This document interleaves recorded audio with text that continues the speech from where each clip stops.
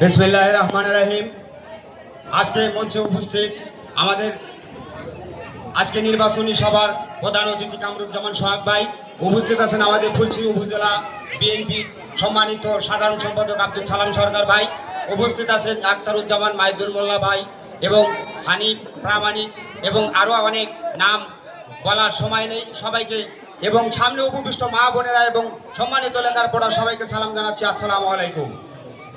আমি বেশি কথা বলবো না, কারণ আমি মনে করি আমরা নেতারা অনেক বক্তব্য দিয়েছি।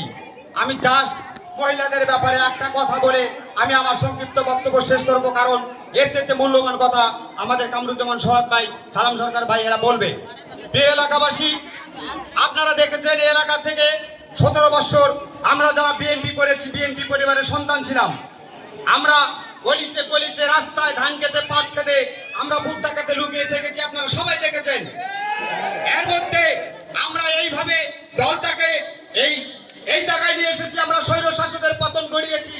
এরপরে আমরা 17 বছর পর এই বাংলার মাটিতে এসে দেখি এই নির্বাচনের আগে বাংলাদেশের কিছু কিছু কুচক্রী মহল এবং কিছু কিছু দলের যারা প্রধান, আমি তাদের নাম বলবো না, আপনারা যারা জানেন, তারা এই বাংলাদেশের মহিলাদেরকে বলতেছে যে তারা ঘরের বাইরে হয়ে যায়, যারা চাকরি করে, যারা কর্মজীবী মহিলা, তারা সবাই বেশ্যার সমতুল্য। নাউজুবিল্লাহ। এই কথা আপনারা গ্রামবাসীর যারা মহিলারা আছেন অনেকে জানেন না, আমি তাদের উদ্দেশ্যে বলবো যে এই বাংলাদেশে জামাত ইসলামের আমির সাহেব উনি বলেছেন যারা কর্মজীবী মহিলা কাজ কাম করে ঘরের বাইরে হয় তারা বেশ্যার সমতুল্য।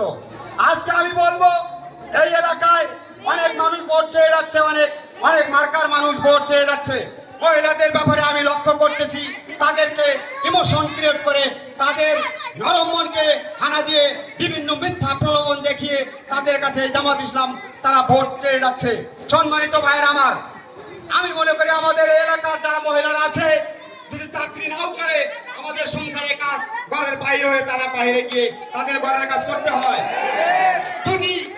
যদি মহিলাদেরকে বলে যারা ঘরের বাইরে গিয়ে কাজ করে তারা সবাই বেশ্যা, তাহলে বাংলাদেশের কোন মহিলা মনে হয় বেশ্যা ছাড়া থাকবে না।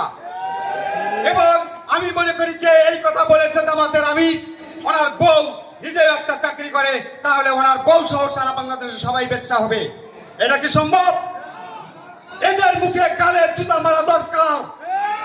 বাংলাদেশের মা বোনেরা আরেকটা বার সত্যার হয়ে যান। এই সমস্ত কথা যারা বলে তাদেরকে আপনারা কিভাবে ভোট দিতে চান? দাঁড়িপাল্লার মার্কায় কিভাবে তারা বলে মা বোনেরা বেশ্যা? আমি মনে করি আজকের এইখানে যারা মায়েরা আছেন